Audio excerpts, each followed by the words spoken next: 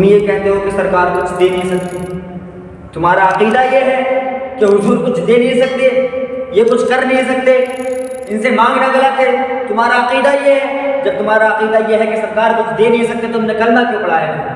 کیوں پڑھا ہے تم نے میرے سرکار کا کلمہ؟ کیوں پڑھتے ہو تم میرے سرکار کا کلمہ جب تمہارا عقیدہ یہ ہے کہ سرکار کچھ دے نہیں سکتے؟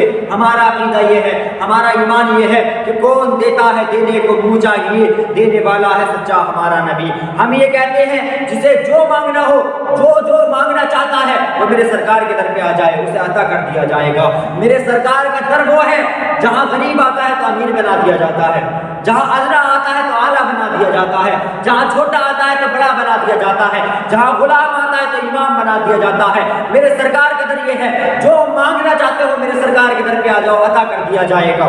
ہم تو یہ کہتے ہیں یہ سرکار کا در ہے، در شاہ تو نہیں جو مانگ لیا اور بھی کچھ مانگ۔ جو لوگ یہ کہتے ہیں کرم ان کا ہے محدود، چل ان کی باتوں میں نہ آ، اور بھی کچھ مانگ، دے سکتے ہیں کیا کچھ کہ یہ کچھ دے نہیں سکتے؟ چل بحث نہ کر، ہوش میں آ، اور بھی کچھ مانگ۔ جھولی ہی میری تنگ تھی، کیا مانگتا ان سے؟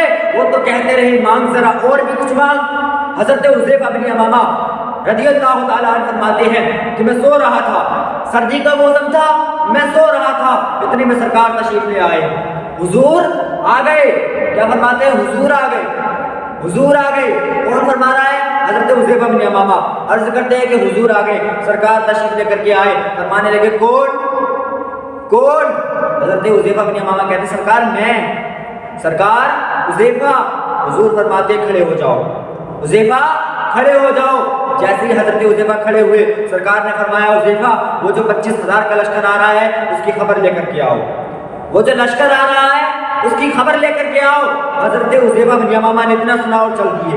سردی کا موسم ہے، صرف تیمن باندھے ہوئے ہیں، صرف تیمن، جسم پہ کپڑے بھی نہیں ہیں، سردی کا موسم۔ سوال نہیں کیا سرکار سردی کا موسم ہے کیسے جاؤں گا، بلکہ چل دیے۔ یہ ہے اصلی عشق، اس کو کہتے ہیں محبت، اس کو کہتے ہیں عشق۔ سوال نہیں کیا، فرمان سنا اور چل دیے، فرمان سنا اور چل دیے۔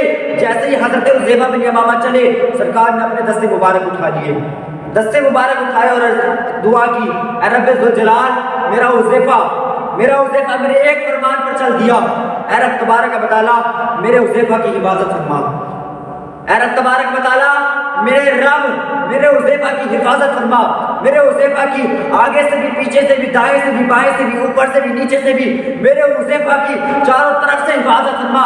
جب میرے سرکار نے اتنی دعا کی، حضرت حذیفہ فرماتے ہیں سرکار نے دعا کی، مجھے ایسا لگ رہا تھا جیسے میں سردی میں نہیں بلکہ گرمی کے موسم میں چل رہا ہوں۔ میں کہتا ہوں تو آیا نہ کرتے اے کیوں بد نصیبہ، ہزارہ رنگا بچ رنگے دے محمد۔